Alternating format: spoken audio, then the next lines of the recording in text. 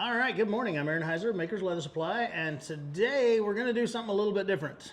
We're going to be tooling the tooling pattern for the new Classic Fringe purse. That's this month's project box. But I announced some time ago that I wanted to start doing videos where I also had someone learning right here live beside me, so that maybe if they ask questions and stuff, maybe that's a question that someone watching the video would have asked too. And I'm hoping that by doing that, we'll kind of increase the learning ability, because that's kind of what we're all here for. I know nobody just listens to my voice for the fun of it, and sorry. So anyway, in the shop today, we have our good friend Lena. Lena has been doing leather work for a while now, but she doesn't have a lot of experience tooling at all. She actually, when she started doing leather work, she wanted to use a tattoo gun and actually like do tattoos on leather. So not like using a rotary tool to emboss the leather, but an actual tattoo gun with a needle to make pretty art on it, okay? And I mean, I don't really understand tattoos. I think tattoos are so trashy. I can't believe people would have tattoos. That's just terrible. But Janie's looking at me like, you are insane. So anyway, so that's why, again, she's done a decent amount of leather work. You can see her stuff on Instagram. It's Crossbones Leather Company, right? Mm-hmm. Yep, Crossbones Leather Company on Instagram. She's got some really neat stuff that she's done with her tattoo work. And in the future, we're gonna maybe even do some videos and stuff like that. Who knows? But anyway, she wants to learn how to tool more, and so that would make her just the perfect candidate for helping out with this video.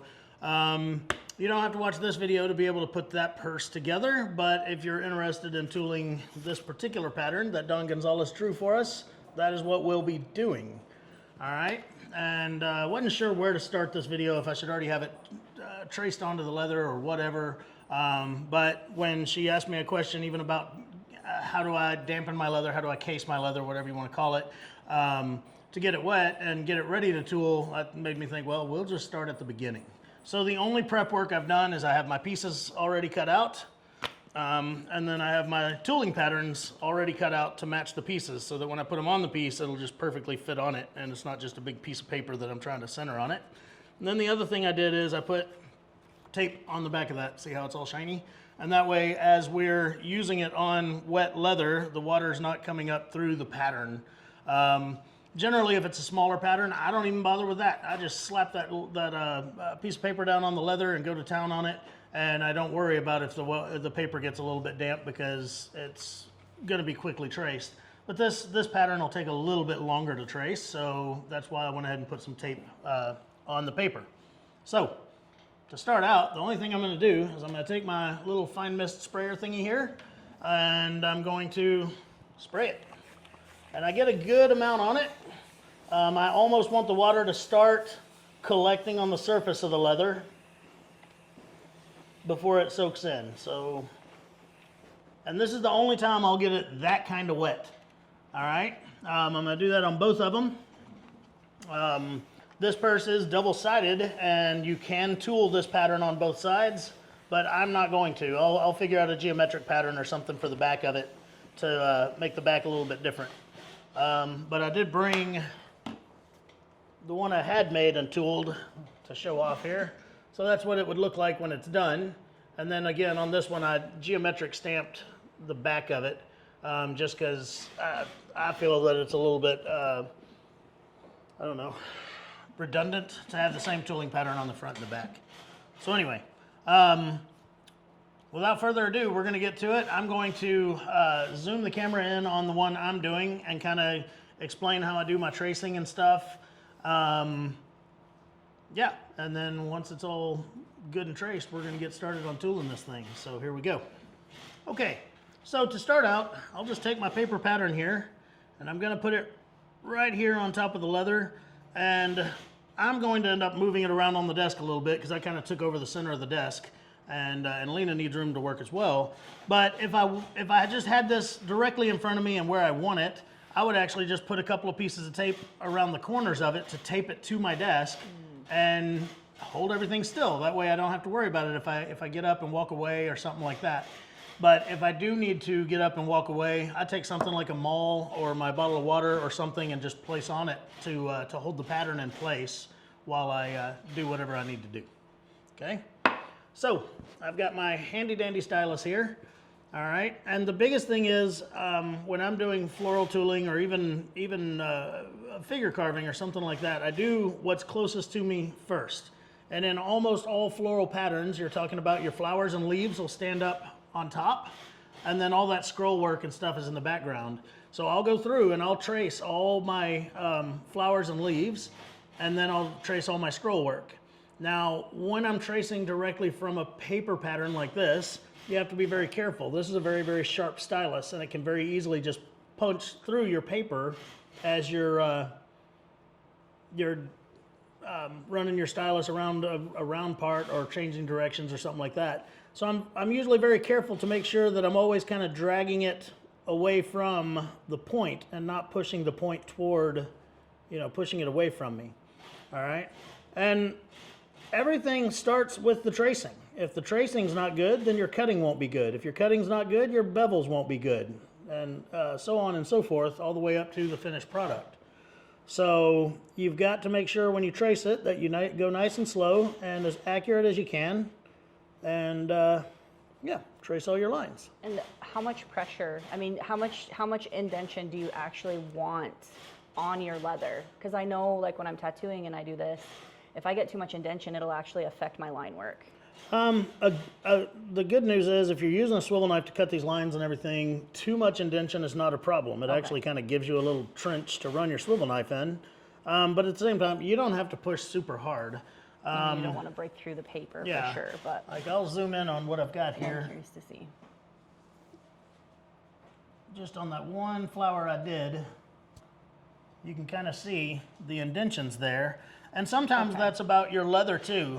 Some leather might not have that color change to it that this one does. This is our Texas oak tooling leather, and it does really well with the tracing.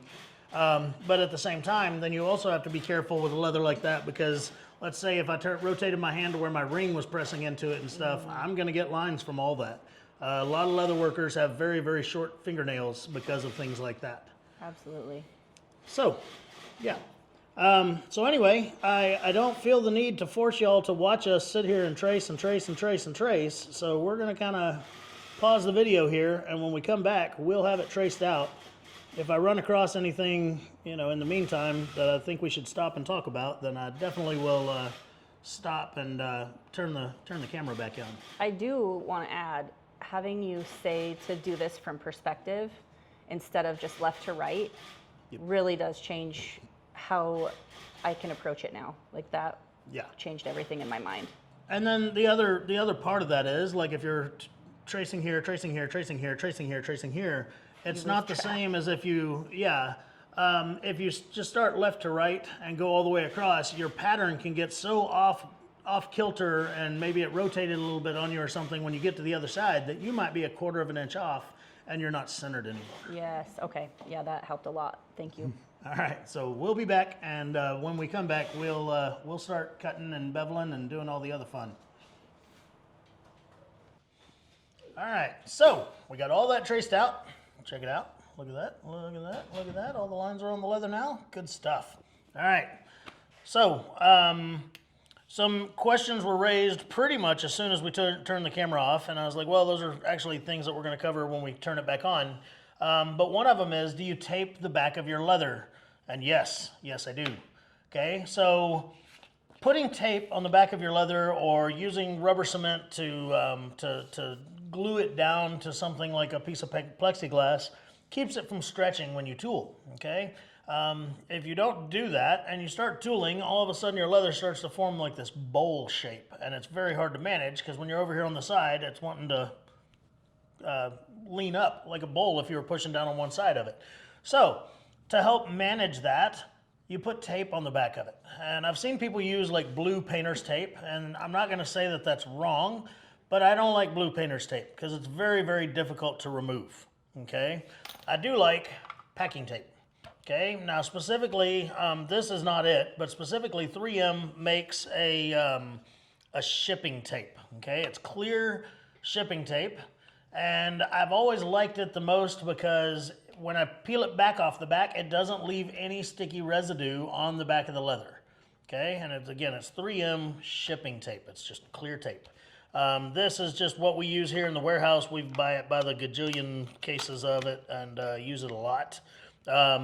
Anyway, later on, these pieces are going to be lined, so if I peel it off and it leaves some residue on there, it doesn't bother me to use my cheap tape.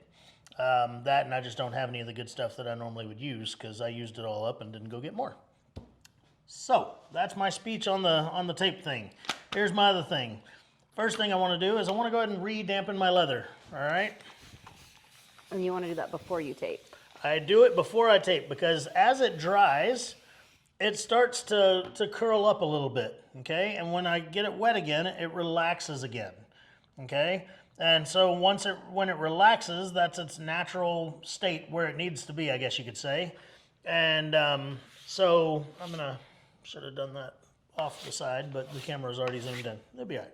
So anyway, I want to make sure my desk is clean because I don't want to turn this over while it's damp on a dirty desk and then it'll pick up all the dust and whatever else might be on there. Sorry, I'm sure that was loud. But anyway, I'm going to put tape just on the back of the leather, and it'll be there throughout my entire tooling process. I will not remove it, probably until after I'm even done antiquing it. That's so smart. Yep, because if you're going to antique it, you don't want to accidentally get antique on the back, which again, this one's going to be lined, it won't matter. But if it weren't to get lined, then you want to make sure not to get antique on the back of your project. And it just looks poor. It looks, yeah, all spotty and terrible. So again, I'll leave it on there the duration of until we're ready to line our project pretty much. Okay, so we need to spray before we tape because that allows it to do its little curl and expand with the water. Correct. And then we tape. Yep. Okay. It does getting as clean as I thought it was. That's all right. This is going to be fully tooled, so it'll be okay if there's a spot or two here or there. Nobody will ever see it. Then I just take a scalpel here and I cut off my excess tape because I do not want that tape to accidentally curl around and get on the face of my project. Reason being is because the adhesive on the tape, even if it comes off, will it'll make it to where like your die or your antique or something won't go into that area. So it'll have a spot there, a clear spot. Oh, thank you. Lena had her hand out, and I was like, "What's up?" She wanted my trash because she knows the trash can's on her side of the desk. All right, so the next thing we're going to do is we're going to start using our swivel knife to cut it out. But first, there's something else I do. Okay, zoom in as much as we can there. So I got flowers, and flowers have centers. Okay, Oh, yeah. and I drew a couple of the centers on just to make sure I know where they're at, but then others I just left them off. And the reason being is because the very first thing I do is I take my flower center stamp that I'm going to use and I go ahead and put centers in all my flowers. And the reason I do that is because when I'm taking my swivel knife and I'm cutting those petals out, I want to know exactly where that cut stops. Okay, and that's at the flower center. If I did all those cuts and then found out that, and then threw my center on there, well, maybe the cuts don't go all the way to the center, or maybe they overrun the center. Either way, it's not going to look right. So I just very easily take my flower center and I go along and I center all my flowers. I can do better than that. There we go. Okay, now this pattern, Don threw us for a loop when he drew it for us, and he likes to do that to me. Because right here, we have a half of a flower center, okay? And so what I'm going to do is I'm going to take my flower center, I'm going to put it right there, and I'm going to lean it away a little bit. Oh, scary. And I'm only going to get half of my flower center. And if you look, you can tell that it still barely overran the petal that's on top of it from the other flower, but that's okay. Because once we're tooling all that out and everything, you won't see that later, okay? But there I've done all my flower centers, and then the next thing I do is I start swivel cutting, okay? So once again, something I normally probably wouldn't have talked about, but Lena actually asked about stropping her swivel knife. Said she's had it for a while. It's a really nice Leather Wranglers SK, and she said she's never stropped it. Okay, so not a problem. We'll take care of that. So, to strop a swivel knife, that blade has, I think it's like a 27-degree angle on it or whatever. Real simple. They do make jigs that you can do this all perfectly. They're more for sharpening than for stropping. But what you want to do is lay it on your strop board. This just has a polishing compound, also known as jeweler's rouge, on it. And you want to lay it to where that angle of that blade is flat on your strop and pull straight. Okay, and you want to make sure that you're pulling straight and you don't want to curl it up at the back. Because if you do, over time, it'll actually round your blade off and not make it to where it's straight anymore. So, I flip it over, I pull on it, flip it over, I pull on it, flip it over and pull on it, just a few times, and get it nice and ready. Now that I've done hers, I'm going to do mine. It's so shiny now. So shiny. And that's all this does. It polishes the blade so that it slides through the leather a little bit more. You should always do this when you start, and then as you work on your project, you do it periodically when you feel the blade starting to kind of chatter and stick into the leather. Is that when, because it almost feels like once in a while, it's like hitting teeny tiny little grains of sand in my leather. So that just means and it's time to strop again. Okay. As far as sharpening a swivel knife, Don Gonzalez has a really good swivel knife video talking about proper care and maintenance of it and sharpening. Me personally, I am not very good at sharpening my swivel knife. I'm not gonna lie. Once every year or so, I give it to Paul at Leather Wranglers when I see him at a show, and he'll sharpen it up for me. And honestly, I don't even like it for the next week because I'm not used to it being so sharp.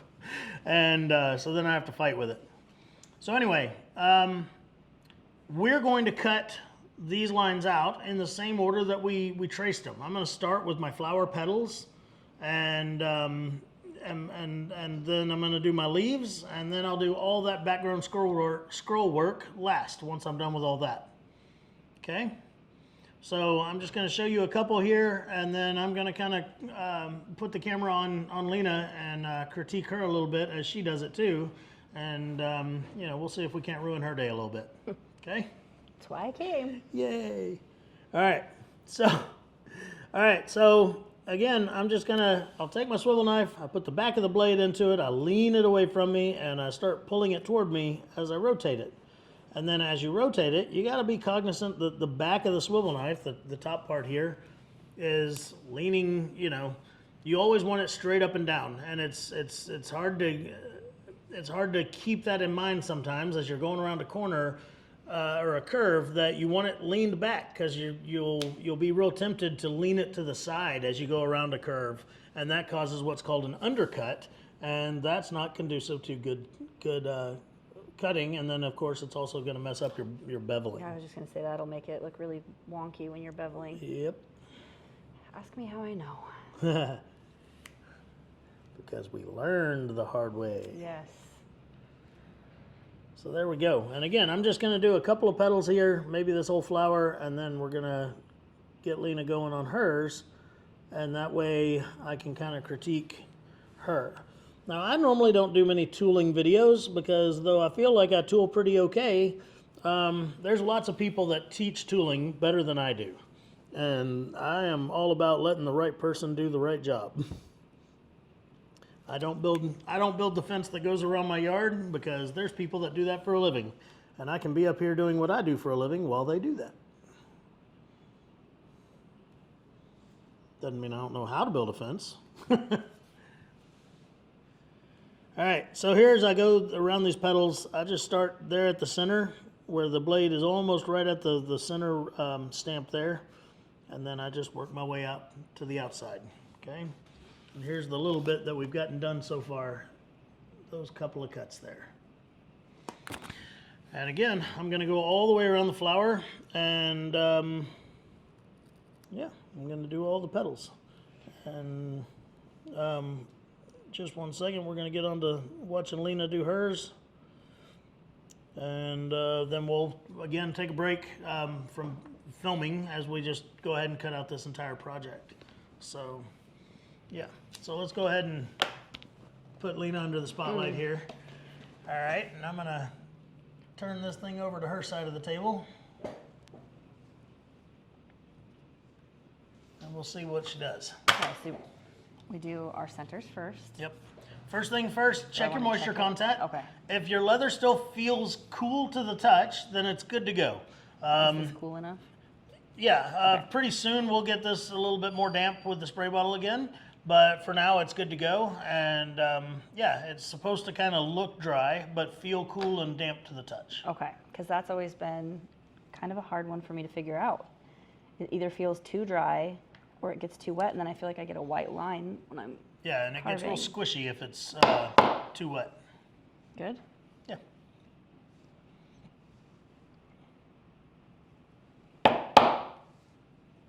There, maybe we will get a little bit more wet. Okay. I'm just going to give her leather a little bit of a spray, very light, and that way we can instantly start working on it again. Where if we got it too wet, we'd have to wait a little bit to start going again. So I want to take that stamp and put it back in that same spot. All right, give it a hit. Give Hard enough? Another? There you go. Okay. Yeah, and now I can see a better burnish. Yep. Okay. And this is one of those things, good leather produces good results. You know, you can't, what was it, Bill Gomer, an old saddle maker, used to say something about making a silk purse out of a... Oh, that's so scary. All right, Okay. so there she did her half stamp there in the middle. And now she's going to start taking her swivel knife and cutting out that top flower. And is there like any rhyme or reason? Like, do you start from the center of the A lot of the time I will, and I'll start Just at so you whichever petal is on top top? of all So the like other this one. petals. Okay. Yep. Now, swivel knives are adjustable, and it's a personal preference thing. Mine tend to be a little bit shorter. I like a shorter swivel knife, but some people like them really long. Like Lena's here is it's extended out there pretty good, which again, it's whatever makes you comfortable as far as that goes. Well, I got this from the shop and I took it home and started using it because this is what I think Tyler told me. Just take this one.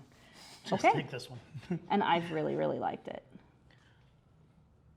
But I have noticed that when I'm tooling or when I'm carving, that every now and again when I do curves like this, I'll get a nick.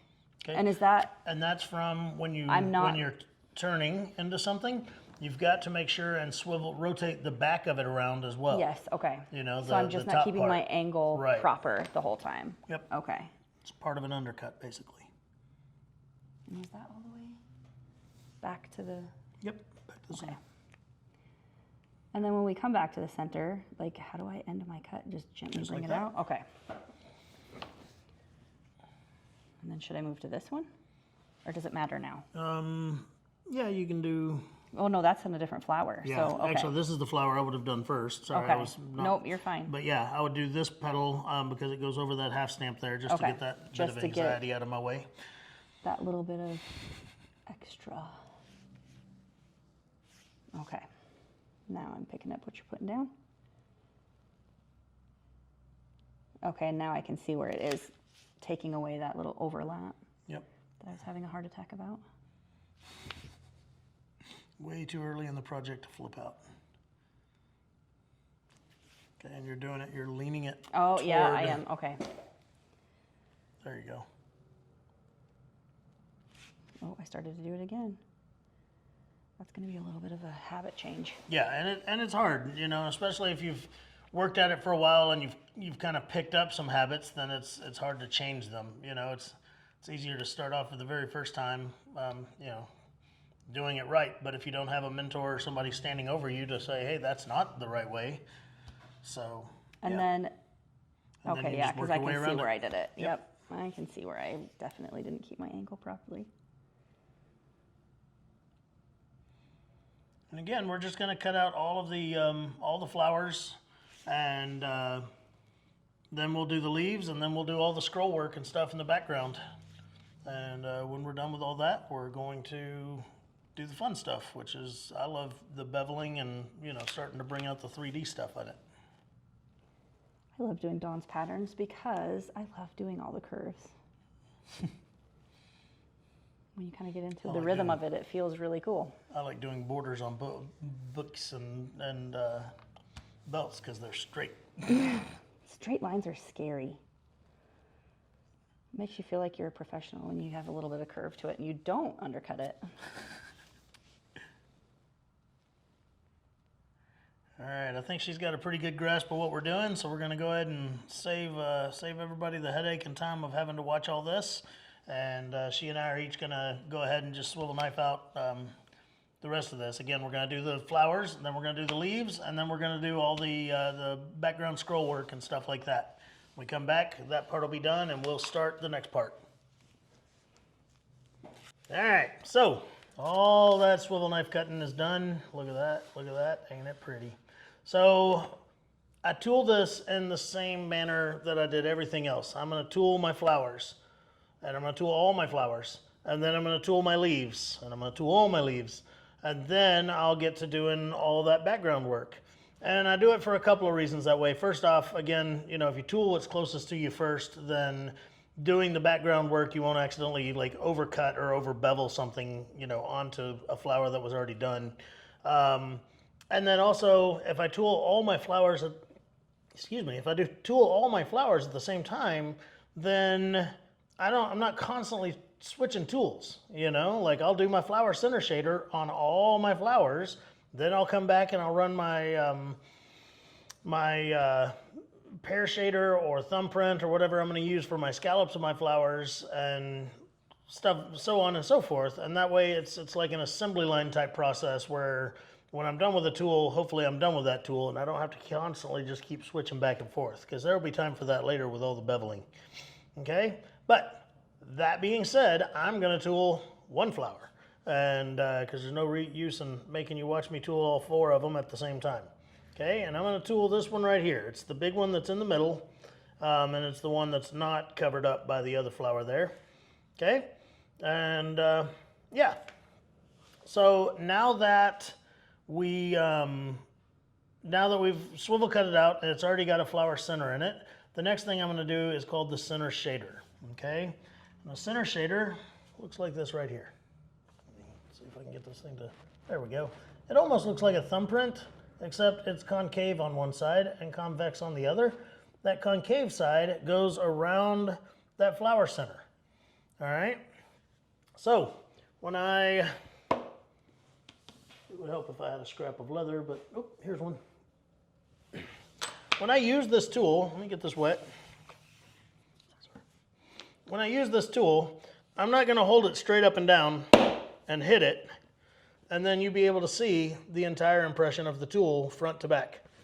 I'm going to lean it toward the center of the flower like this, so that when I hit it, the impression fades out. Okay, so what's closest to my thumb there is the faded out part of it, and then you see the toe of it back there where I actually got it good into the leather. Okay, so what this tool does is it takes a flower and it gives it its cone shape where everything comes down into the middle. All right, and I take it and I put the back of it up against the center of my flower and I give it a little tap, and then I move it about 1/3 to 1/2 the width of the tool and do it again. And I just constantly am going all the way around the flower, doing it just like that. Okay? And once I get all the way around, then it'll have that shape where all the petals kind of go down into the flower center. Okay, now there are fancier ways to go about this, and I'm going to show some of that too. But the basic use of this tool is what I'm showing you right here. Make sure I'm still on camera there. I was going to do the overhead camera, but honestly, when I'm tooling, a lot of the time, then my maul and my hands are in my way, and so it kind of creates an issue.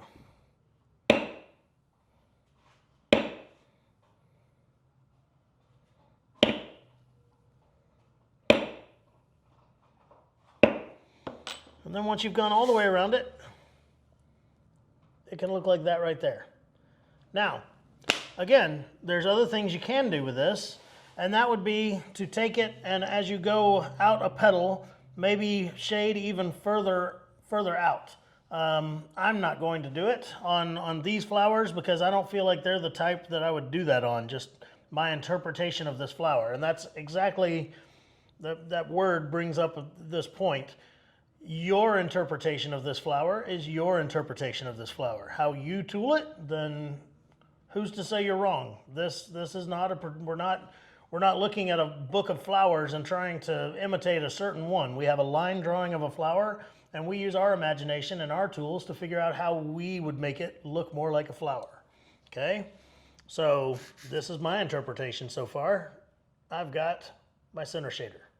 All right, so the next thing we're gonna do, or that I do at least, is I'm going to do my scallops on the outside, okay? And now this flower is kind of special because it's got what's called a turn back, all right? This area right here is where the petal of the flower has kind of turned back over itself, and that's called a turn back in leather tooling. And so anyway, we have to take that into account, okay? So technically I need to bevel up underneath that turn back, and I need to shade it a little bit too so that it gives it some depth and makes it look like it's supposed to, which is that it's turned back on itself, okay? But first, I'm going to just, I'm gonna take a lined thumbprint type tool, get it to focus on it, there it is. So this one has vertical lines on it, okay? So lines that run the length of the tool. And the same kind of concept, all right? I'm not gonna hold it straight up and down and get an exact impression of the tool. I'm going to lean it back because I want that rounded end of it to fade out into nothing. Okay, so that one right there is what I'm talking about. It just fades out into nothingness, and that's exactly what I want. And it gives the illusion that this flower starts at the center, comes up and out, and then goes back over its petals as they bend back away from the flower. I sure hope that makes sense to you because I think I confused myself. So anyway, where I have all these little scallops is where I'm going to do that. And the other important thing is I want to make sure that the other end of this tool is pointing straight at the middle of the flower. Okay, to give it the flow that it needs, they all need to point towards the middle. So I'm just going to go around right quick, do a petal or two.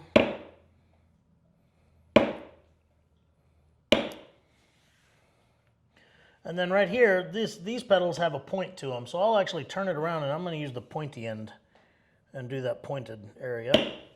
Just to give it a tighter taper. Just to give it a tighter taper. And that was probably a little bit too hard of a hit.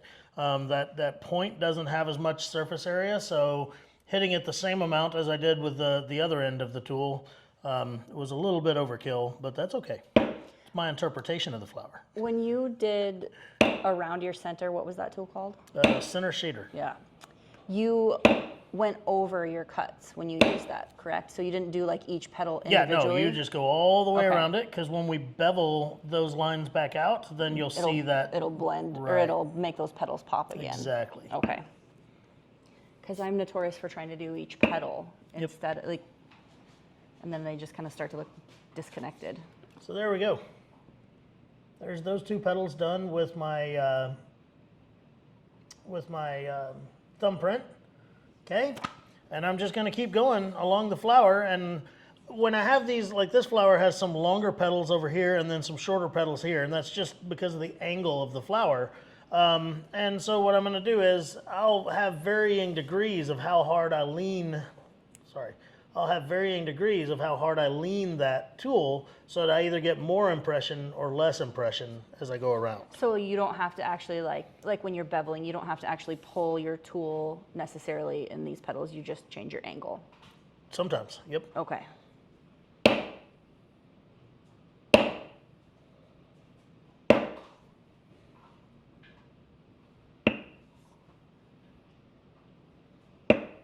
There we go. All right, and then on the turnbacks are difficult with a flower petal. They're much easier on leaves, I think, but it's like, well, do I give it the same impressions here on the part where it's folded over, or do I just kind of leave that blank and do something else with it later on? And honestly, I struggle with that decision every single time, because technically, let me get my stylus so I can point at what I'm talking about. Oh, I see what you're saying, because it just makes it kind of blend in and takes Right. that 3D So effect technically, you know, any impression I do should kind of flow towards the middle of it, and then it would wrap around the back of it from there. And so that's kind of why that makes that difficult. So anyway, what I will do is I'm going to make those same impressions, but I'm going to make them much lighter than I did on the rest of the flower.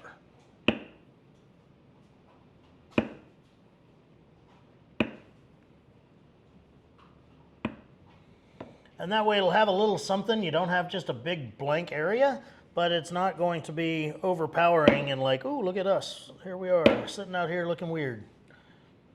I get enough of that in my life.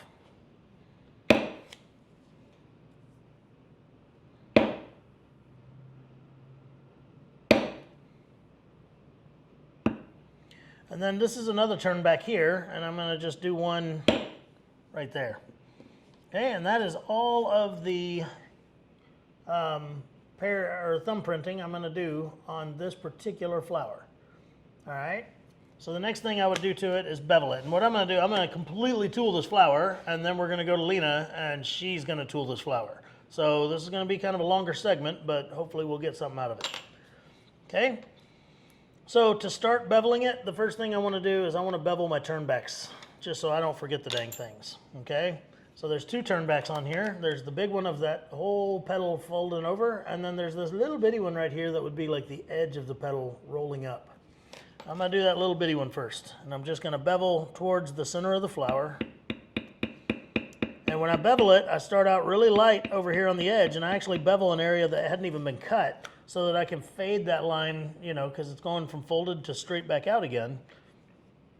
And yeah, bevel pretty hard up at the very height of it, and then I calm down and go easy on it again towards the end.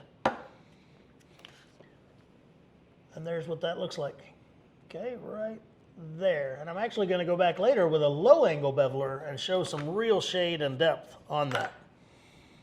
Okay, and then I'm going to go ahead and bevel my, my turn back area as well.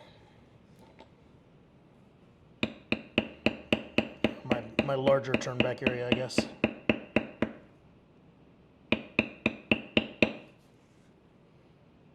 I'm going to grab a little bit smaller of a beveler because to get around all those scallops.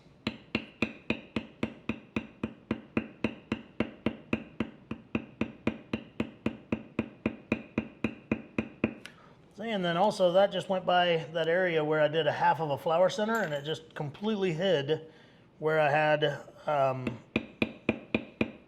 that flower center stamp had gone over the next leaf a little bit.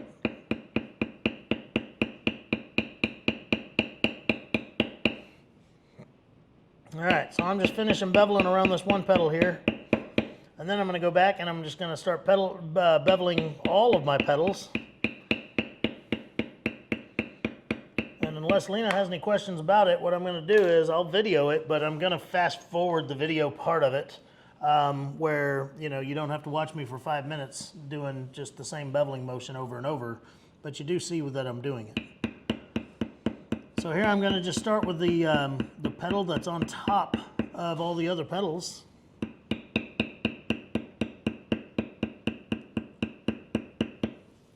And bevel it first.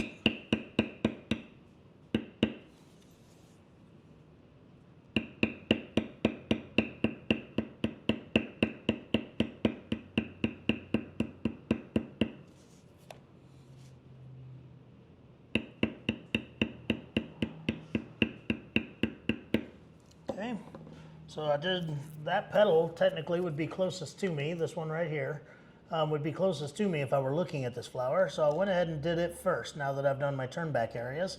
And then I'll do, the next petal I'll do will be this one, and then that one, and then that one is underneath all of them. So I'll do it. Again, I work with what's closest to me and work my way into the background. Okay, now a lot of beginning leather toolers ask me how you do what's called walking the beveler. Often, obviously, I'm not like hit, move, hit, move, hit, move. I am constantly moving this beveler as I hit it. And the way I do it, personally, is you see my pinky down here on the leather? My pinky's always on the leather, and that first off holds my leather in place because I don't use a leather weight normally to hold my piece. But the tool is not pressed hard against the leather, and that pinky kind of acts as a little bouncer to make that bounce up and down as I hit it. And that's what's always worked out for me. But it takes a little bit of practice to be able to walk a beveler or any other tool. Doesn't have to just be a beveler. But it's a nice skill to have because it definitely speeds things up from just hitting and moving and hitting and moving. The other problem with hitting and moving is that you'll have an issue with tool marks where you can see each individual beveler strike out there, and you don't want that. You want to be able to just see a smooth line there. So, yeah.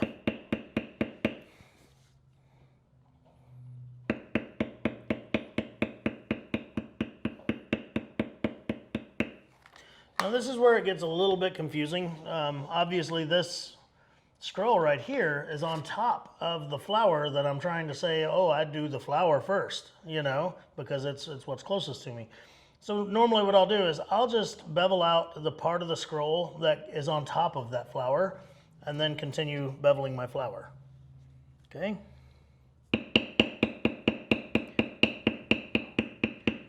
And I hadn't said anything out loud about it, but a couple of different times now I've switched bevelers from a smaller one to a larger one, just because when you've got an area where a larger one fits, and it'll go faster that way.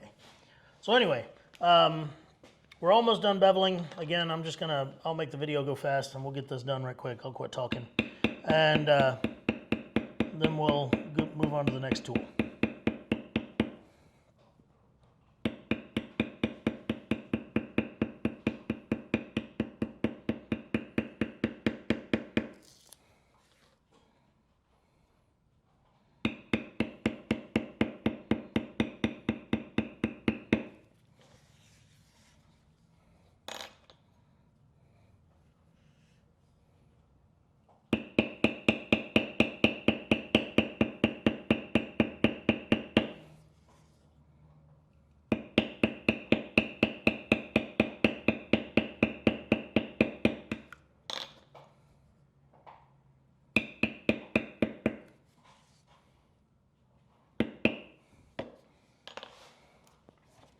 And my beveling is complete. You can see which petals sit on top of which petals and stuff like that. So I've only got a couple of more small things I'm going to do to this flower. One of them is going to be, I'm going to put what are called stops at the base of each petal. And then I'm also going to use my low angle beveler and give a little bit more depth and shading under those turnbacks. Okay. So I'm going to take this veiner right here and I'm going to, again, I don't want to see the entire veiner like that. Okay, what I want is just the corner of the veiner. So I'm going to lean it like that, and it'll have it fade out. But where I'm going to put it is right at the base of each of these petals. And where Lena was asking about that center shader, you know, kind of mushing everything together in the center of the flower, that's what's going to take care of that. Let's see, does this thing have any more zoom to it? Nope. All right, so I'm going to take it and I'm going to follow the curvature of the petal and I'm going to lean it and put it right against the center of the flower and give it a whack. And what I'll do is I'll do 2 or 3 of these and then I'll show you the difference in the ones that are done and the ones that are not. But it really gives it some depth and dimension right there in the middle. Okay, so here we are. Hopefully we can see this. The tiny little screen I have to look at, it's not very big. But anyway, I've done these 2 and this one, but I haven't done these 2 yet. And these 2 still look all mushed up in the middle, but these 2 or 3 have some definition to them. Bring that down some. These 3 have some definition to them there at the very end. And this is one of those things, it is the smallest little bitty detail, but all those little details add up into a final product that's more nice, that's nicer, I don't know how to say it. All right, and then again, this is a low angle beveler, okay? A standard steep angle beveler is 30 degrees, and this one is 15 degrees, okay? And I'm gonna go and bevel up underneath those two turnbacks. I should have had you sit on the other side of me because you're on the side where my hand is constantly blocking. You're fine.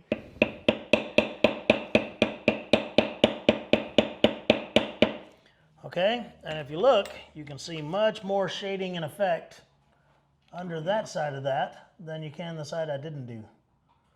All right, and it gives it a true folded over look. Oh wow, yeah, that really did make a big difference actually.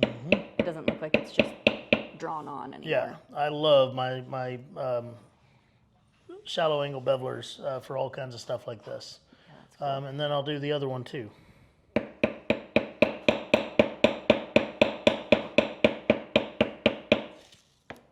Okay, so once again, now even the other one has a lot more shade up underneath it. Yeah, that makes a really big difference. Okay, a lot more shadow and shading. Later on, we'll do decorative swivel cuts on this, and that is the bane of my existence, unfortunately. I really struggle with decorative swivel cuts, but for now, I'm going to pause the video for just a minute so we can set Lena up and get hers doing the exact same thing. All right, so here we are.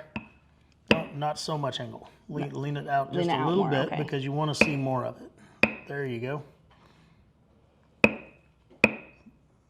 And then don't forget when you move it around to rotate it around too. You always want it coming straight out. Off of my...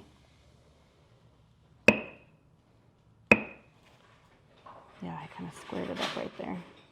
There you go. And you keep it comfortable to the angle and where you want it. And don't be afraid to hit that tool. You're not going to hurt it. Hit it. Use my maul. My little baby maul. Oh, yours 16, is a lot mine's heavier. An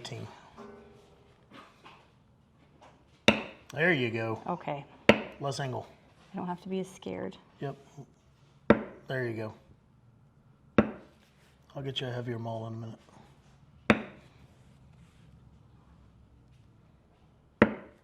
So should I go back over some of these that I was... I'd go all the way back around it again.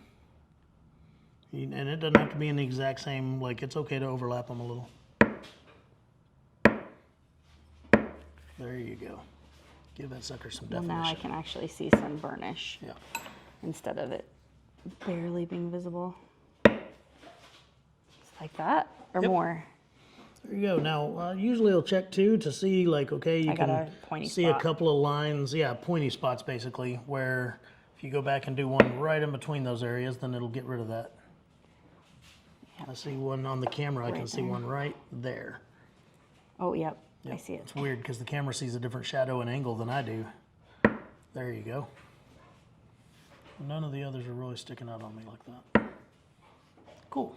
Okay. All right. So now the thumbprint. So now we're going to do the thumbprint. I used the bigger one. There you go. Okay, and if you want to practice hitting it, you can. Yeah, I might. It's up to you. Because at least I know I'm not going to go in there and make it hit it hard. Yep. And always angle away from you or toward you? I always angle it toward me. Okay. So like that. But you want more tool. Lean more. There you go. Okay. But hit it. Don't be afraid to hit it. Hit it harder. There you go. Solid hit. Look at all that burnish. That's so much better. Isn't that beautiful? Yeah, and then I don't have to go over it, and then it makes it kind of look muddled when I'm... It's like it was meant to be. Going back over it over and over again. All right, so again, you're going to do that in all the scallops, and you want the pointy end of it pointing directly at the center of the flower. Okay. Just like that. Boom. All right, hang on. So now I flip right here, you're really, really close to the edge, and that's okay, but you just want to bring it in just a tiny bit.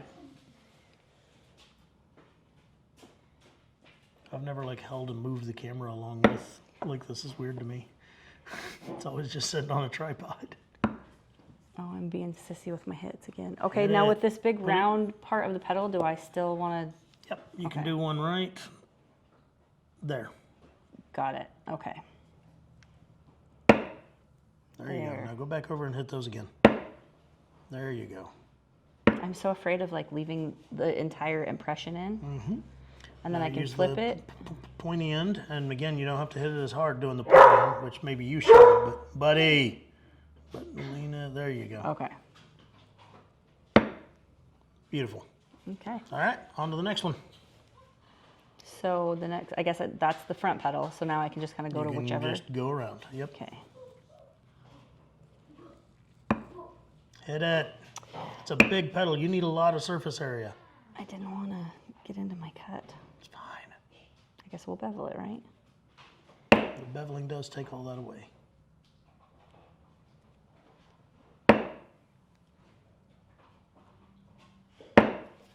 There you go.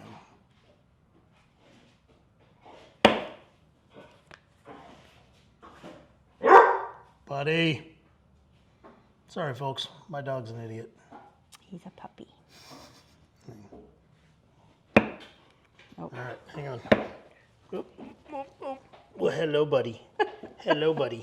Yes, everyone wants to say hi to Buddy. All right, back to work. Get down. Thank you. So with this next pedal, yes, flip it so that I didn't finish my cut right there. I missed, didn't I? Did I? No, I'm good. You're good. Okay. It's hard to. That or I didn't trace it into the pattern right, which is also possible. There you go.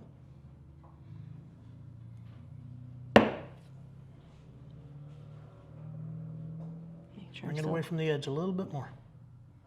There you go. pointing it toward the middle too. Yep. And then one big one right Yep. here. I don't want to hit your camera. No, you're good. And then, okay, so that we did with Right. the So on this one, beveler, with the really shallow beveler. So I don't have to do anything with this with that. yep, This we is did. just on We top. did it very lightly on the top there. One hit here, Yep. and then Yep, one hit there. Very good. And then over here, we're hitting it, but we're turning it around and hitting it back toward us. Okay, Right. so we're just gently following those Gently. scallops. Yep. And when you did that, how did you angle it? Okay. Oh, I'm gonna flip it because that Yep. It's feels weird to do scary. it. Yeah, it's weird to do it backwards. I couldn't see where I was going with it. See, this is where I'm meant to hit.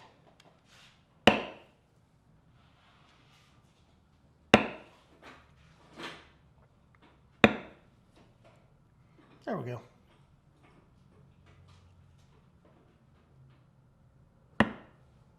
So kind of like Yeah. that. Yep. Okay. Exactly like that. And now I'm all backwards. Okay, so what you were doing is your scallops here and here. So right here.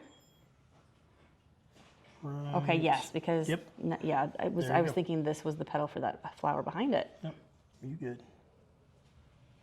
Dang it. Hang on, my camera's not. There we go.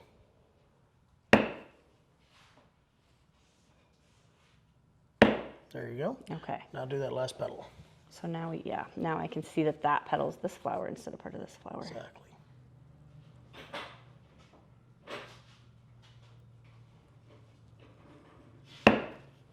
Oh, that was a little hit.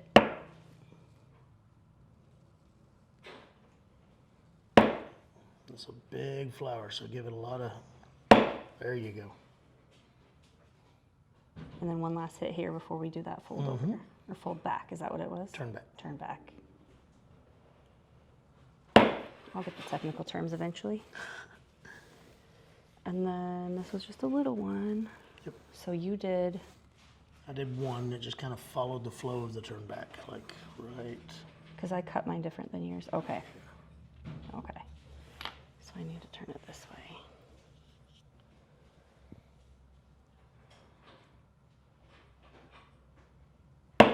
There you go. Okay. I'll do the tip of that. It's so easy to lose track because I'm so slow.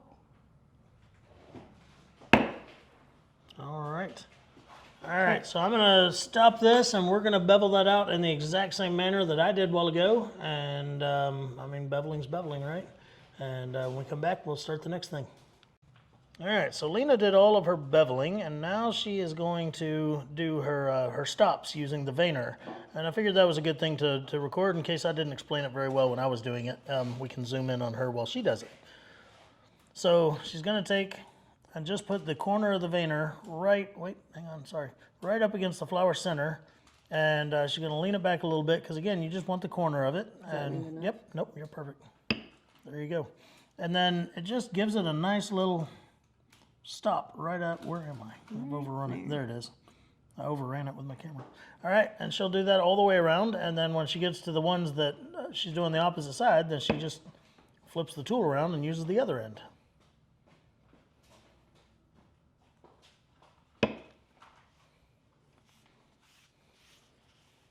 All right, so now she has to turn the tool around and use the other end. Perfect. All right, there it goes. Now when we come back, we're going to start on one of these leaves. And these leaves are a little bit different than a lot of the leaves that we do because of these little, I don't know what to call them, the extra parts. So we're gonna learn all about that. Be right back. All right, so Lena's gonna hold the camera for me, and I'm gonna tool this leaf right here. And again, I'm gonna do all the leaves the exact same way, but on the camera, I'm just gonna do this one, okay? The very first thing I wanna do is I wanna bevel my little vein that goes right down the center of that leaf, okay? So I'm just gonna take and bevel away.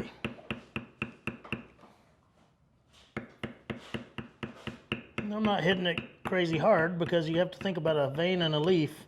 It's not like it sticks up an inch, you know, it just is a little bit higher than the leaf.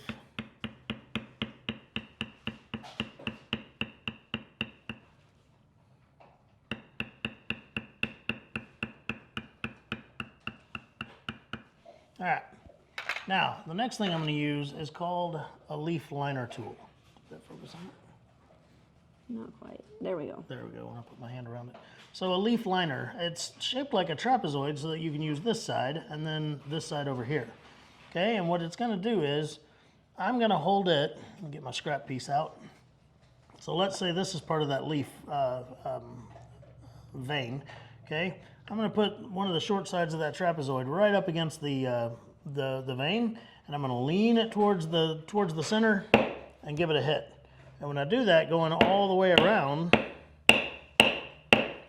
it gives that a shading, kind of like the center shader on the flower. It does kind of the same thing. It's called a leaf liner.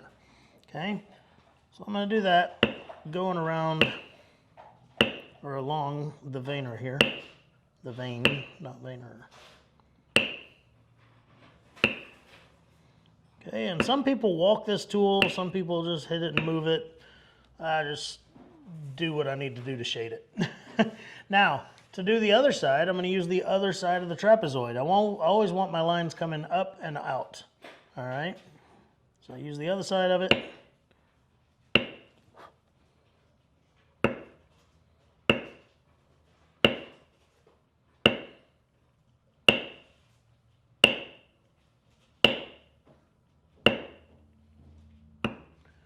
There we go, just like that. Okay, now, next thing I'm going to use is going to be a thumbprint. And this thumbprint's different than the other one I used on the flower. You can use the same one, but since I have a different one, why not try it out? This one has horizontal lines on it. The other one, the lines ran up and down the length of the tool. This one, they run side to side, okay? And I'm going to go along, and I'm just going to put that the tip of the tool in each of these scallops. I'm going to lean it away from the center of the leaf, give it a whack. Just like that. Okay? Go down the other side.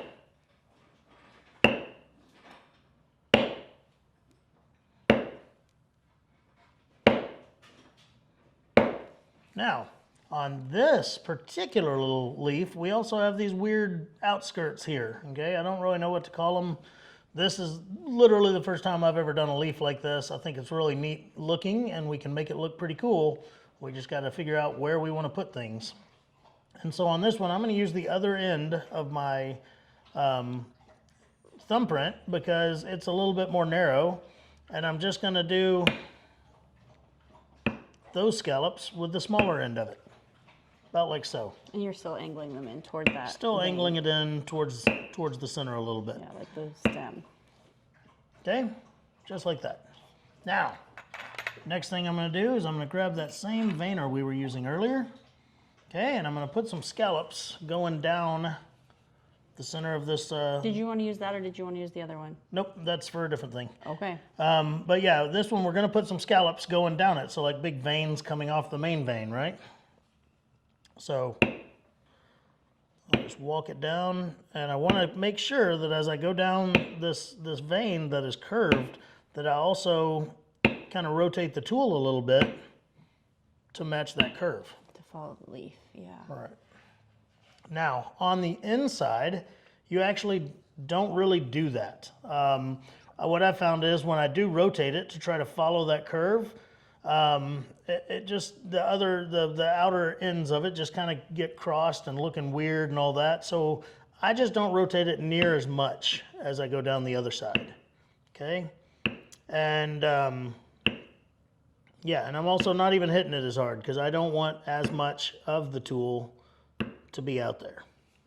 So you're just kind of making a V. Yep. To that other side. Pretty much. Okay. Okay, and there we go. There's that. I will take and do one more hit with the small end of my thumbprint right up here at the top. There we go. Now, other than that, I'm going to bevel around that entire leaf. Okay, now these little outskirts of the leaf come over the top of the main part of the leaf, so I'm going to bevel them first. All right.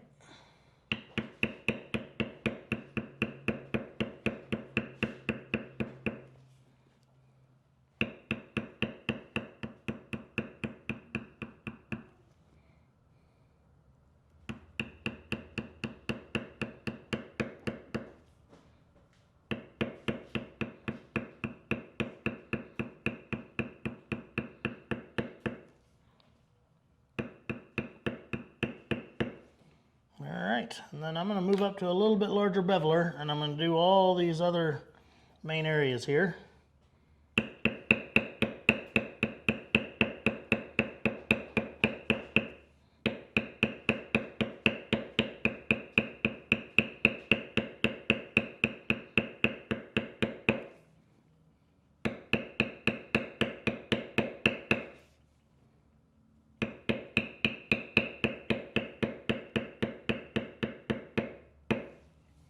Just like so.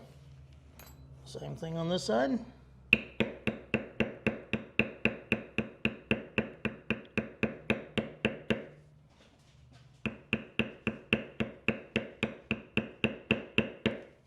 And then I'll do this base part back here, this back part.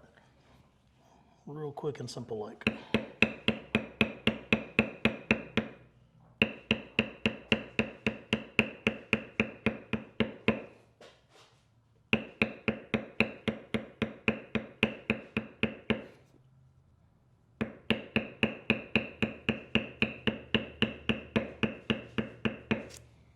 There we go. Now, there's only one more thing I'm going to do to this flower, or this leaf for now, and that is I'm going to use a stop. Now, earlier on these petals, we used a veiner as a stop, but this is actually a stop, okay? So when you look at the impression it makes, it's like that. See how it's wide on the ends, but shallower in the center? Well, if you lean it, then you get almost like a little teardrop. Okay, and so I'm going to use this one as a stop. Again, the veiner is fine. It works well, but much like using the other type of thumbprint there, I mean, why are we making a video if we're not going to show you other ways to do something and other tools that you can use? Yeah, I've never seen this tool before. Yeah, so I'm going to put it just a little bit past my cut and bevel there, and I'm going to make sure and lean it really hard because this one's very easy to accidentally... I lost you. Where are you? There you go. Yeah. This one's very easy to accidentally get too much of the tool on the leather. Ooh, I didn't angle it enough. I'm going to rotate it just a little bit. There we go. And look at that. It makes a really nice, definitive stop to that transition. Ain't it cool? Yeah, that is. All right. So there it is. That is all I'm going to do for now to this leaf. Yeah, it's Lena's turn. So when we come back, she will do all of those same things to hers, and we'll hear any questions that she might have about that process. All right, so there is the flower, or the leaf that she's going to do. It's the exact same leaf, but on the opposite side. First thing she has to do is bevel the vein right down the middle. Yep. There you go. So she's just gonna bevel that vein down the outsides of it.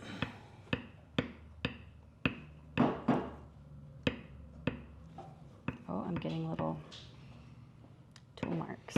And she's learning to walk the beveler. We talked about that a little bit before, and she's really trying to improve her skill with walking the beveler, because then it doesn't give you the tool marks like we talked about. And before, I was hitting it one hit at a time and then going back through and trying to take those marks out. Take you 3 days to do a border on a belt. Yes. I have not made a belt, obviously. All right, spin it around, do the other side.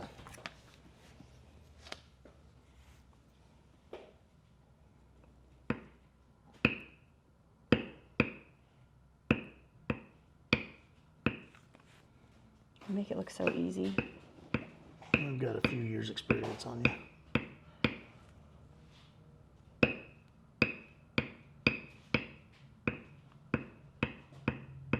Yeah, but when we tattoo together, you're probably just going to get it first try. Yeah, right.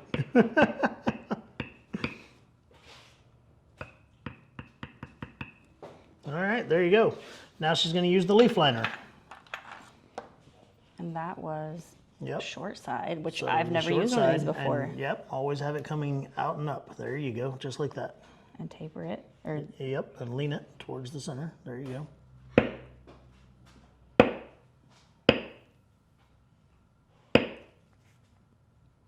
am I leaning it Very too good. much? Or is Nope, it okay? you're doing great. And the amount of lean I give it just kind of depends on the leaf. You know, maybe I want more lines, maybe I want less lines. There you go. Ain't it cool? It is super cool. I'm going to have so many tools I need to get before I leave today. Sorry about your luck. At least I know what I'm going to buy this time instead of just coming in and, This one's shiny. yeah. I wonder what I could do with that.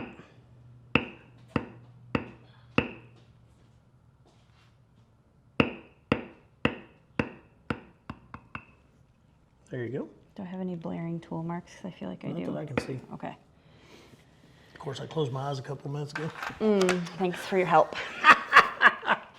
All right, now she's going to use the thumbprint. And she'll use the wide end of the thumbprint to do the big scallops, and then the narrow end to do the small scallops. So about like that? Yep. There you go. Maybe lean it a little bit harder. A little more up? Yeah, there you go. There you go. And then keep it away from the edge. Beautiful. And that's all I need to do? Yep, on that side. Okay. And then a little Now one in the spin middle it around, later. do it again. Well, you can do it now. One of those, I was looking at the flower or leaf and was like, I should do one more. Keep it away from the edge. Yeah, I get really close, sorry. That's gonna get better, I promise. Don't promise me. Promise your poor leaf. I know.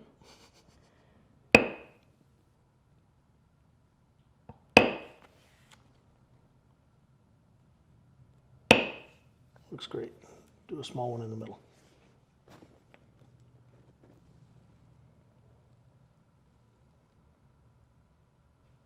There you go.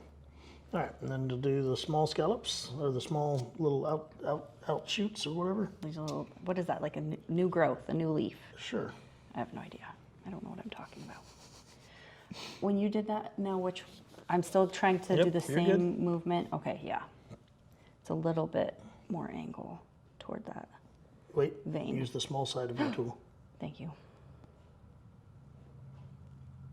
It's like there.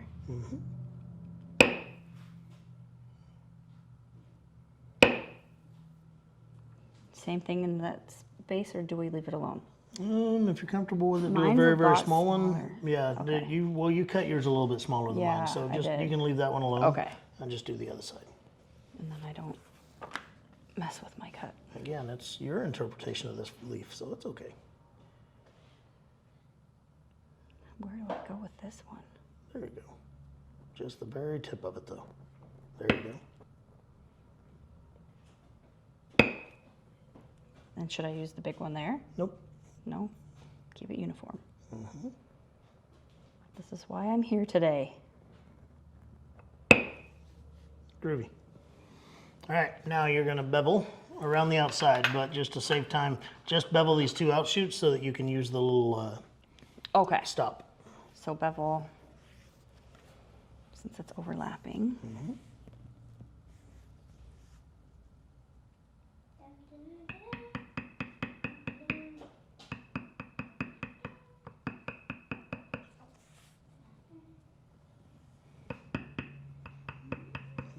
I know what I'm going to go home and practice. It's like I've never done this before today.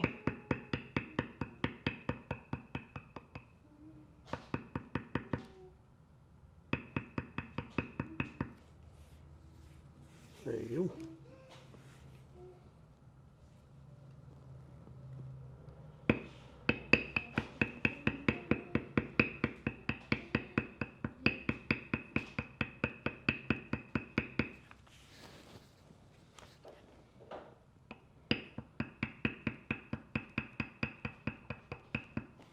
All right, and then the exact same thing on the opposite one.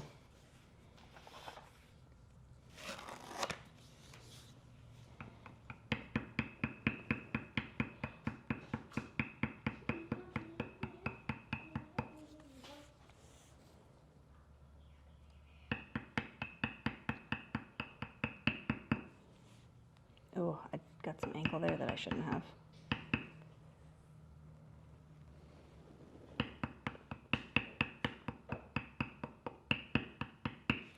I'm not moving it.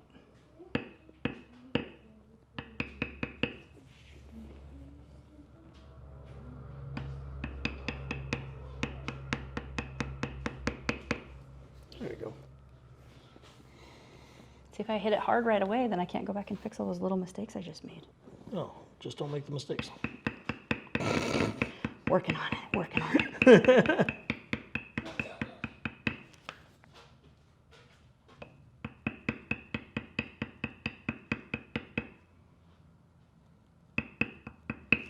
There you go. All right, so now I want her to use the stop, and I want her to use it on the scrap first, because you got to see how hard you really have to lean it to just get the edge, or the tip of the tool. Oh, we probably should have sprayed it, but. A little harder.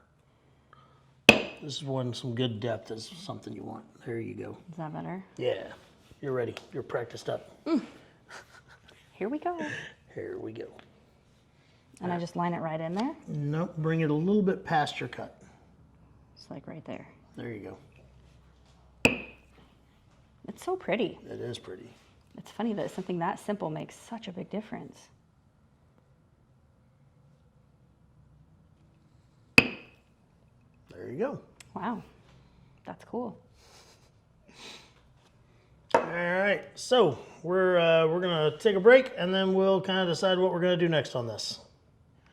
All right, so it is day 2. We didn't just change shirts, I promise. But it is day 2. To do a video like this takes longer than I had realized, I guess, because of course I'm tooling something, then she's tooling something, but he just ran into the camera. So anyway, I'm tooling something, then she's tooling something, and then we turn the camera off, and then we both have to finish like that part of our project. And we're sharing my set of tools so that we're all using the, she's using the same bevelers as me and this and that. So anyway, all that to say. So where she is at is where we're officially at here. And that is that all the leaves and the flowers have been tooled. Okay? Now, I say that, but I actually forgot a stamp on the flowers. And we're going to talk about that in just a minute. I came in super duper early this morning so that I could not only catch up to where she was, but I even wanted to get ahead because I got to be an overachiever. And I tooled half of the pattern completely, okay? And I did that so that as I talk about what I'm going to do on the other half, I can reference something that's already done and kind of point it out for the camera and stuff like that. And Anyway, but the thing I forgot is that main flower there? If you look right in the middle of all the petals, there's like a veinner type stamp that's kind of radiating outward from the center on those. And that's a neat little effect that I've only recently started doing. Lots of other leather workers have been doing it for years. And anyway, it's a cool thing.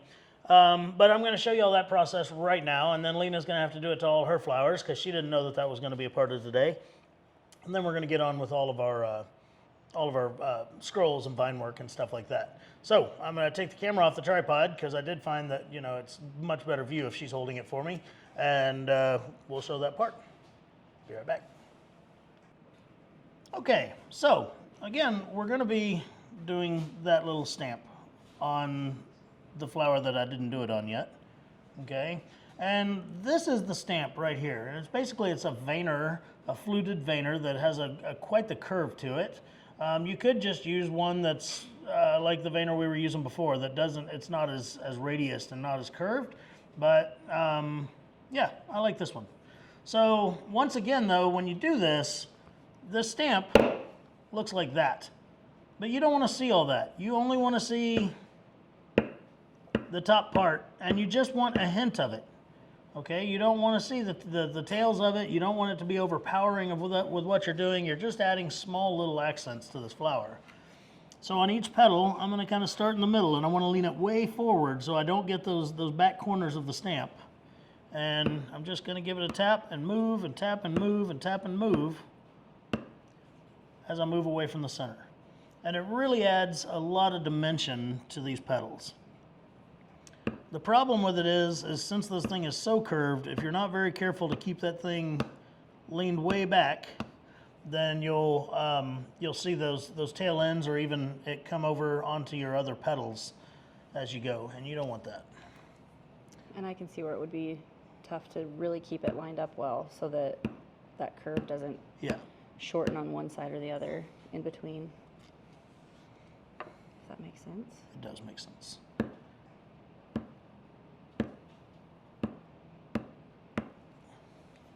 About like that.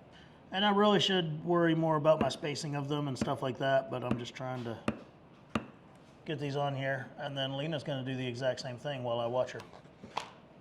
No pressure. Easier said than done. All right, so there's hers. I probably need to wet it again. That's good for this. this. Does it feel good? Okay. Yeah. Let's do this one. Okay. So about like that? Yep, just like that. Oh. There you go.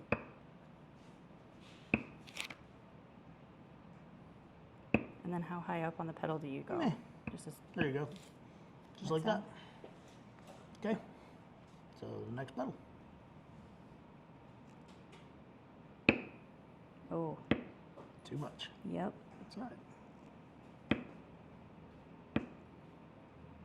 There you go. And we're really trying to kind of center it off of that center, right? Yeah, for the most part. Not necessarily the petal, but the center. Right. I did it again. Be bold. I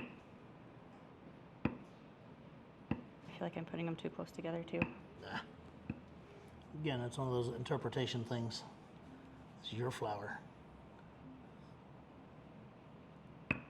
Much like all my macaroni art when I was a kid. It all made it to the refrigerator because it was my art. That's hard because that's a really big petal. Mm-hmm. I feel like there's a lot of empty space there that I could have. Well, once we do swivel cuts and stuff too, that'll Okay, fill yeah. that empty space. That's what you were talking about. I just went over my. Yep. Be all right. Just lean it a little harder.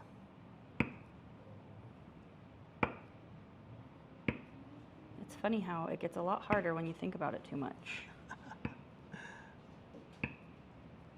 Yeah? Perfect.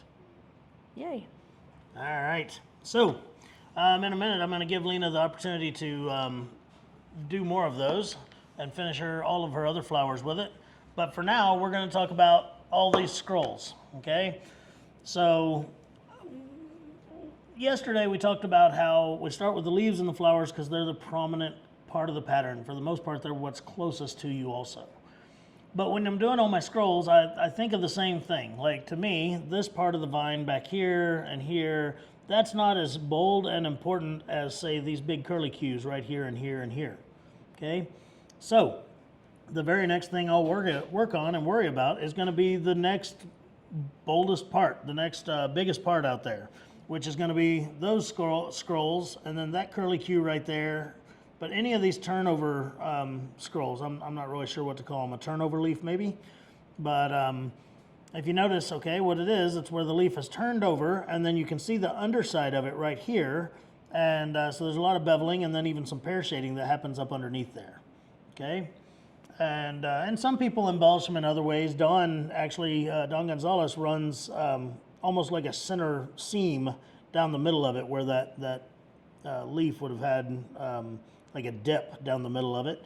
And I've worked on that before, but mine don't look that smooth, so I leave them kind of big and plain and very bold, and they're okay with me. It's like that with the swivel knife cuts too. I'm not great at doing the decorative swivel cuts, so I just don't do a ton of them. You know, like I would rather leave it a little bit more plain in the vine work than to have it all scrambled and looking crazy and fussy. So, to do that, we're going to grab some bevelers. Now, there are fancy bevelers for such a thing, all right? Like this right here. This is a round-faced beveler. Okay, so it's checkered just like my other bevelers, and it works really, really well in something like this, where when you are hitting it, you can just kind of rotate it in place, and it does a really good job of a round bevel. But not everybody has that tool, and I understand that, because I didn't always have that tool either. So here's just a small checkered beveler, and if I work it well enough, I can get just as smooth of a turn out of it. And then down here at the bottom, the back end of that line there, I'm gonna kind of lighten that bevel out into nothingness. Okay, and I need to do that the same on the one I just did. Okay, but I'm gonna do all of these little turnbacks like that. I'll just bevel that one line to start.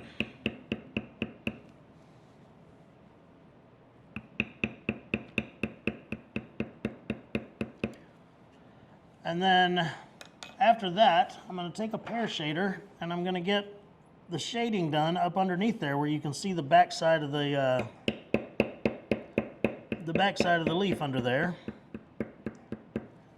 And then when all that's said and done, I'm going to take my my beveler again, and then I'll bevel out that hollow area in between, or in the middle there, where it's just going to be background later. And I do my beveling after my pear shading on that, just because I don't want to bevel it first and then accidentally pear shade it to the point that that bevel is just flat and mushy. Okay, in case I'd accidentally pear shaded too close to that line, and made it to where that just kind of blended in. All right, so all of those turnbacks are going to end up being done that way, but now that I've shown you one, it's Lena's turn. And I'm not going to give her the special round beveler. She's going to have to learn to use a regular beveler to do it. Any one you want to do. So, you started with beveling Right. the inside of that curve, right? Yep. Let me get my camera to where you are, sorry. Yep. So I start with that one all the way around to the end of it. It's like from here. Mm-hmm. Oh, here we go again. Figuring out how to hold this so that I can.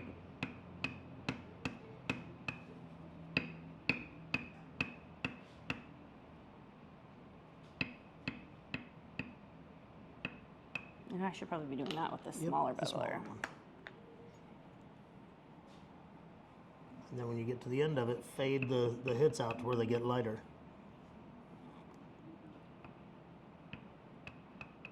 I don't have a problem with hitting it too lightly. I'm just having a problem finding my cut line. There you go. All right, and then you're going to pear shade up underneath there. And that was this guy. Yep. So the smaller end? Whatever fits in there. So here's the thing with pear shading. I should have shown this. Sorry. So pear shaders are like a lot of other tools. You don't want to see the pear, okay? What you want to see is a gradual fade So you walk it in. just a little bit. You're going to walk it a little bit. And like this, the center of that's the deepest, and then it kind of fades out towards the edges. Okay. And I mean, that's a small area to do that in, but you still have to do it as much as you can so that it's not just the pear in the middle of it.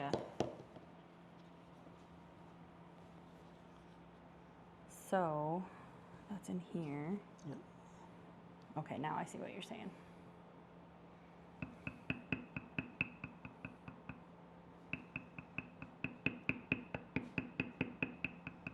So like, Yep.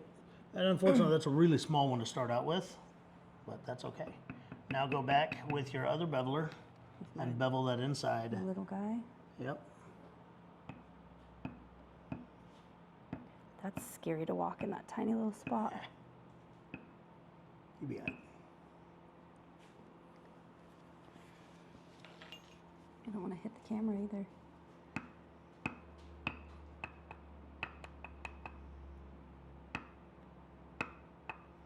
That is not as round as yours. That's okay. More You can practice. always go back over it.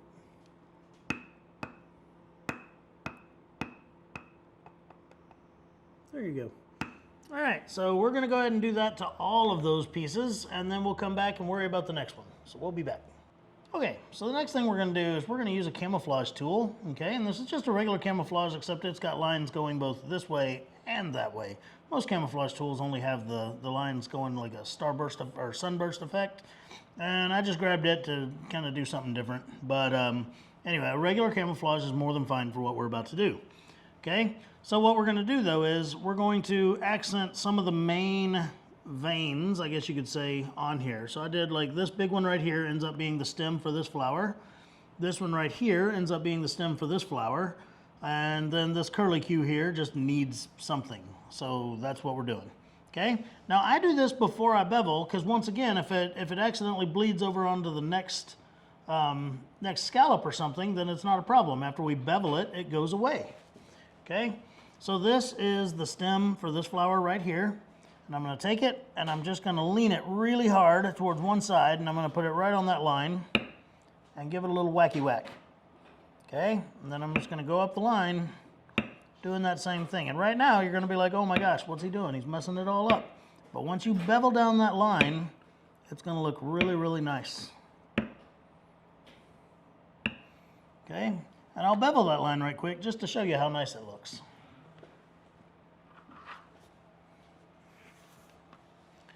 So that is a stem, so it's going to be a high point, so I'm going to bevel down the outside of it here.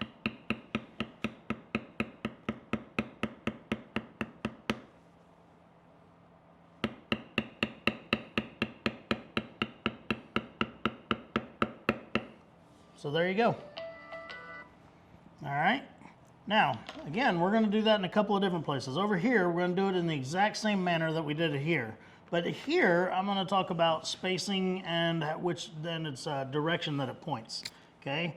Let's pretend that there was a straight line going across the back side of this tool here.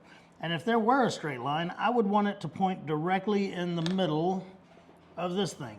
Like, I don't have anything to... I'm going to put a little dot right here because this is background. I'll background it anyway. So that little dot right there, I want that imaginary straight line to point at that little dot as I go all the way around this area. Okay, so I'm going to start right about here. I've got my imaginary line pointing towards the dot. Give it a tap. Move it up, make sure and rotate it so it's still pointing at the dot. Give it another tap. Okay, and I'm going to keep going all the way around, keeping my imaginary line pointed at the dot. And that's how you keep the flow of it going correctly, okay? I used to really struggle with going around something with veiners and camouflagers and stuff because I didn't know about the whole imaginary line and the dot in the middle thing.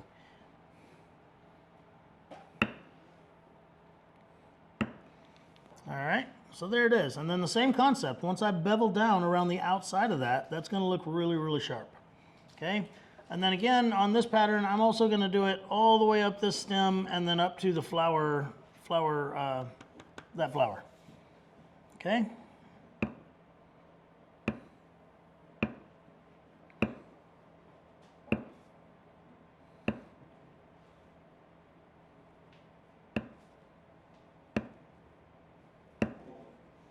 And it's just something to do to give a nice little accent and some texture to an area that otherwise would be kind of plain and boring and plain and boring. Like that. And then again, as I bevel down that outside, that'll get rid of that. Now, the only other main thing I'm going to do is I'm going to take a pear shader, or maybe even two different pear shaders. Okay, these are just checkered pear shaders. And then all of these leaves, these little small scroll leaves like this, I'm going to do kind of the same thing that we did before and just do a nice shaded accent in there. Okay? Some of them, if they're larger, then I'll use the bigger one because it's faster and easier.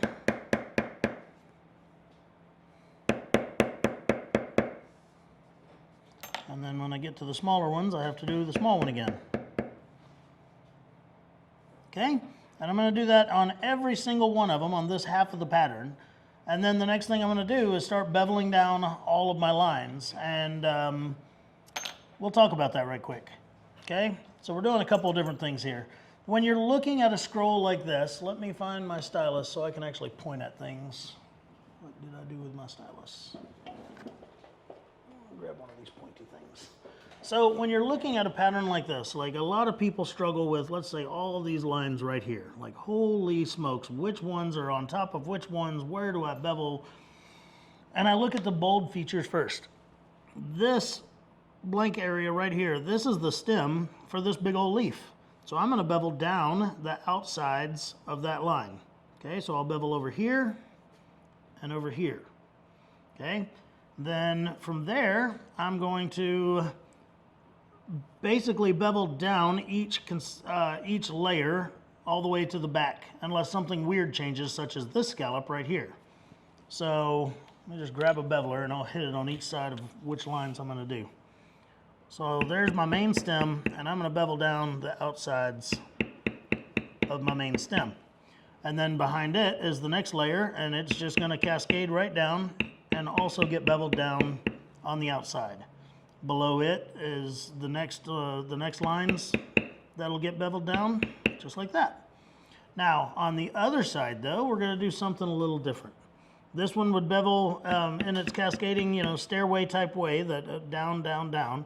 But then this feature right here is obviously one of the big bold ones, and you can tell by its curvature that now it's on top of that. So you'll bevel the other side of it. Okay, and that's how it works for all the vines. I know that that's a really big, difficult thing to do when you're learning to tool, is when you're looking at a paper pattern or a line drawing, is like, I don't know which side of the line to bevel down. And basically the rule is you figure out which one's sitting on top of which one, and you bevel around the outside of it. Okay?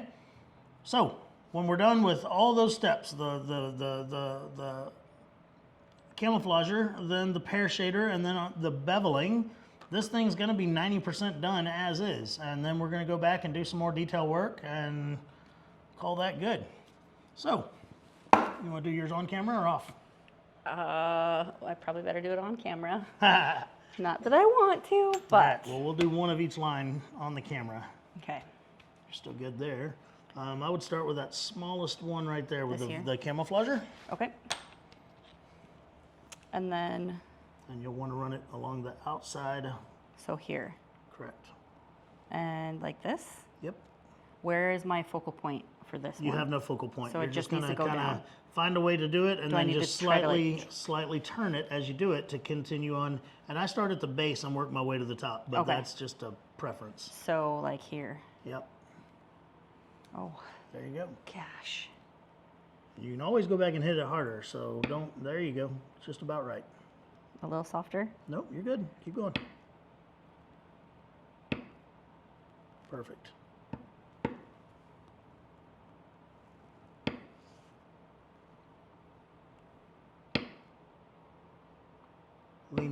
you do More want to lean it a lean? little bit more because you can see so much curvature there Okay.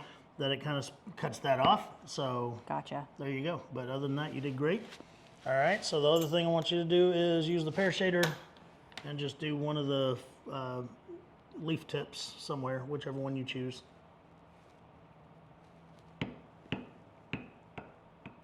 So, Yep, now turn it and see how it's pointed on one end? yeah. See how that's pointed on one end? Maybe, there you go. There you go. I'm not as Yeah, brave. you need to hit it a little bit harder to Yeah. get that burnish in there, but other than that, the shape looks good. Well, and I'm honestly not used to seeing burnish. Yeah. So I'm not looking for it, and I need to. All right, guys, so we're going to get caught up on those areas, and then there's going to be just detail work when we're done with that, and we'll be back. All right, so I have gotten all my beveling done, okay, and I did my camouflager, and I did my pear shading. So I'm down to just a few details left. One of them is going to be background work. There's a lot of different ways to do background. My go-to generally is just matting it down with checkered matters, okay? So this is a Clay Miller stamp, but basically it's an A98 would be the craft tool number of this stamp. And it's just a checkered flat matting tool. And when I use it, I go in here and I push down the background with it. And I try to get it even all the way across the border or board so that it doesn't have any tool marks. So there's no one spot where you just see that one little teardrop there, you know, like if I wasn't consistent with how I hit it, then it would look like that. And I don't want that. I want it to be consistent. So there we go. Okay, now I have a couple of different types of backgrounders that I use. Here is a tiny, tiny little, this is actually a beveler that's triangle shaped. And then this is a super thin, pointy matting tool here. And I use both of those in spots like this. You can see where these two scrolls come together and there's a fine point there. And if I take a tool like this and set it way down in that point and hit it, it gives it a lot of definition right there. When generally those two would kind of be smushed together due to beveling. So I'd take that area, I'd do that, and then I'd come back with a larger matter and do the rest of the area in there. Like that, but more carefully because I'm not worried about the camera. But I'm more worried about talking than I am about doing the work here. So anyway, much like that. And then there have been times even when I really want some definition, I'll go back and bevel around some of these areas again to make sure I've got good definition there. Like this line right here almost looks like it needs to be beveled again. And it really crisps that up nicely. Okay, and it's okay to have to go back and do that once in a while, or even on the whole dang thing. Granted, it takes time, but look at the difference in what that just did. Okay, so that's backgrounding. The other thing I'm going to do is called a mule's foot, and this one more specifically is called a continuous mule's foot, okay, because it's got several little mule foots in it, mule feet, I don't know. I think I've got it in focus. That's a tough one. Yeah. How's that? There we go. Yeah. So where I have a lot of these vines that come together, I throw this thing down there, like right here, and I give it a hit, and it just kind of gives a little bit of definition there. Maybe up there, maybe again right there, and maybe over here. There's no definitive reason or place to use it. I don't overdo it with this tool, but I do go around and kind of find places where a lot of lines come together, and I throw one right there, and it just gives it some nice texture in those areas. Okay? Now, there's two other things I do. One's my decorative swivel cuts, okay, and these, again, I do a less is more thing. Since I'm not very graceful with my decorative swivel cuts, I kind of have some basic ones that I stick to, and that's about that. So on a flower such as this, I normally will do like a big one down the middle here of a petal, and then two smaller ones that kind of join in around it, about like so. Okay, and one of the big rules with decorative swivel cuts is it really helps the flow if they're flowing directly toward the center of the flower. Okay, if those are all just crazy going off to the sides and stuff like that, it wouldn't have any grace or flow to it. Okay, and then the other place I do a lot of decorative cuts is on these leaf tips where I did my pear shading. I'll either do one like that, or I'll even do two where it looks like that.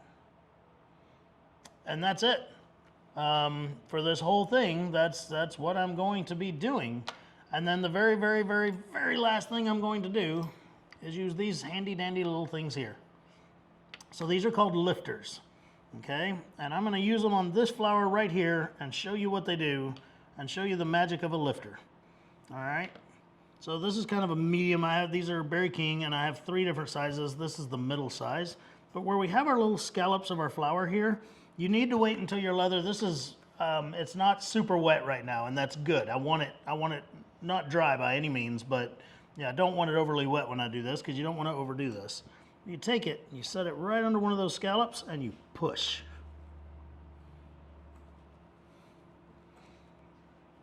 And look what it does. It really gives it some definition. It gives it some, one, it helps those scallops be a little bit more rounded and a little bit smoother, but it lifts them, most importantly. Okay? And I'm going to go all the way around all the flowers and on all the leaves, like right here.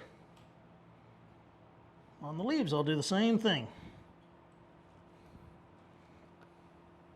And it gives it some nice definition. But then, besides just on the leaves, I'll do it underneath those big turnbacks that we had. Oh, that Okay. yeah, that Isn't makes that sense. cool? That's really cool. All right, on the turnbacks. I'd do the same thing. I'm going to use a little bit larger one here. And I'm kind of going to, on these, have to go around a little bit and push a lot of area. And it really gives some good depth in those areas. Like so. On those, I'm not necessarily lifting it up as much as I am just pushing that under the edge of the bevel up underneath it, and it gives it a little bit more definition. Super cool. Super sweet. All right, so that's about it, guys. This video has gotten pretty long. By the time I'm done editing, I know it's going to be way longer than most of y'all want to watch. So if you made it this far, congratulations. Yeah, so give me just a minute and we'll kind of be done here. All right, guys, so I apologize for how long this video probably is. But hopefully you've learned something from it. Hopefully you enjoyed it. And anyway, I really want to thank my good friend Lena here for coming in and doing this with me and bearing with 2 full days of fun at this bench. It was worth it. I appreciate it. Again, her leather work can be found on Instagram and Facebook under Crossbones Leather Company. Yep. Right? Yeah, Crossbones Leather Company. And seriously, go check out her tattooing on leather is really, really cool. So it's worth a look. And hopefully we'll talk her into coming in and doing her own video on here where she kind of shows that off. And maybe we'll draw some interest in that world and see where that goes. Anyway, till next time, I'm Aaron Heiser, Maker's Leather Supply, and this is Lena. Thank you.